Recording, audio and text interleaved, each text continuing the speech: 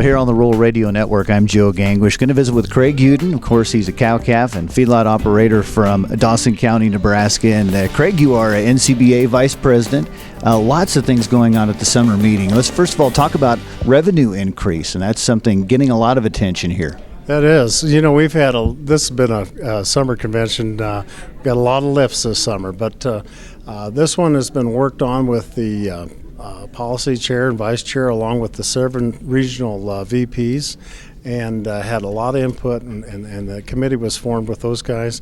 And then we worked with a lot of state affiliates throughout the U.S., from cow-calf to feedlot sectors, and so they've put a plan in place, and now they've come up with option A and option B, and we're looking at identifying issues that we want to address in the future, and having the funds there to be proactive and move forward instead of reactive and having to wait till we need them. So the organization is in really good shape and has a very proactive way of looking at this. So it's been a really fun time to visit and have that engagement and see where everybody feels on that issue.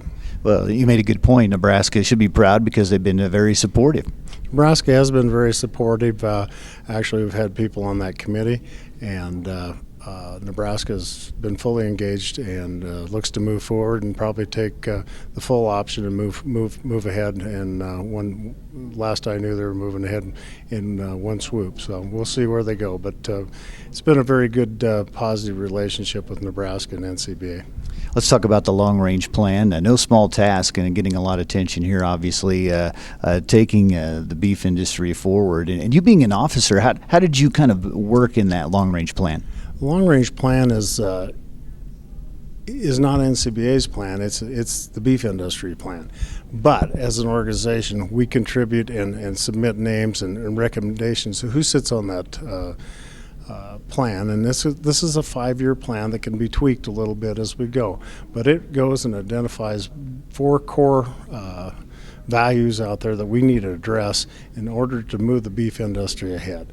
We heard today that we really need to increase demand 2% a year on top of each other to maintain these kind of prices. With that, then moves to one of the core strategies is export. And how do we address export? How do we get market access?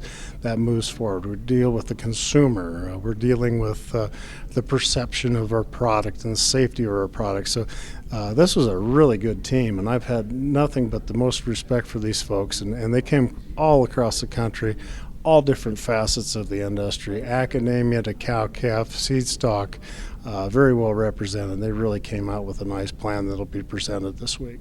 Let's talk about looking at the change in the checkoff structure. Tell us more about that.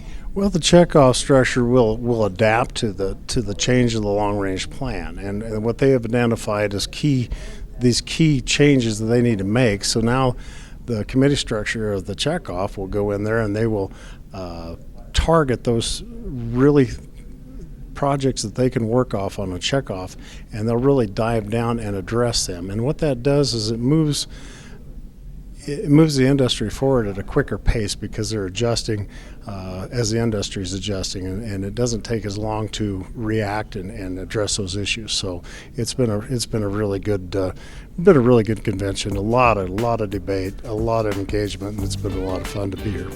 Craig Uden, Dawson County cattle producer. He is Vice President for NCBA here at the Summer Convention going on in Denver. For the Rural Radio Network, I'm Joe Gangwish.